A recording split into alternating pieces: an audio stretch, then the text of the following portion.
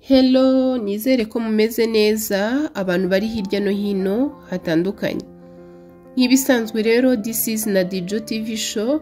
Nimba uri mushyashya kuri ino channel, ntugende udakoze subscribe ndetse ngo ukande no kukazogera kugira ngo ubutaha uzajye ubona ibiganiro byacu biri update. Abari kunyumva muri uyu mwanya rero nifuje ko tuganira ku kamaro k'intoryi mu mubiri w'umuntu. Intoryi ni ikiribwa kiri mu bwoko bw'imboga zizwiho ko ari ibiryo by'abakene. Abenshi uzasanga banazihimba amazina agiye atandukanye mu buryo bwo kwerekana ko zino mboga ziciriritse. Nyamara siko biri, kuko intoryi zigirira umumaro munini umubiri w'umuntu, harimo nko kuba intoryi zifasha mu igogora ry'ibiryo, zikagabanya ibinure mu mubiri w'umuntu, ikindi zikarinda umuvuduko w'amaraso. Ikindi utaruzi ni uko intoryi zifitemo fibers, imyunyungugu, harimo nka za calcium. Ikindi ni uko intoryi zigira na vitamins zigiye zitandukanye. Ikindi nubwo intoryi zibarirwa mu bwoko bw'imboga, ariko buriya intoryi ziri mu bitera imbaraga umubiri. Nk'uko tubikesha impuguke mu bijyanye n'ubuzima, zivuga ko intoryi ari nziza cyane cyane ku barwayi ba diyabete, kuko zifitemo isukari, bityo bikaba bishobora gufasha abarwayi ba diyabete kuzirya nta mpungenge. Intoryi kandi zishobora no kwifashishwa mu kugabanya umubyibuho ukabije, ndetse zikanafasha abantu bakunda kubyimbirwa. Bakomeza batubwira ko intoryi buriya zifitemo ubushobozi bwo gukamura amazi mu mubiri w'umuntu.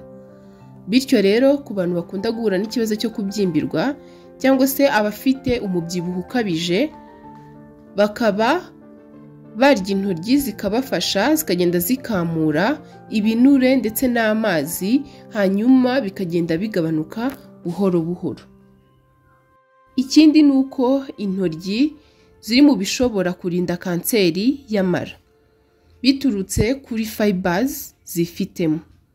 Abahanga mu by'ubuzima bakomeza batubwira ko atari byiza kurya intoryi zihase, kubera ko buriya mu gishishwa cy'intoryi harimo intungamubiri zifasha uturemangingo tw'ubwonko, ndetse zikaba zanarinda ubwonko cyangwa se uturemangingo tw'ubwonko kuba twakwangirika bya hato na hato.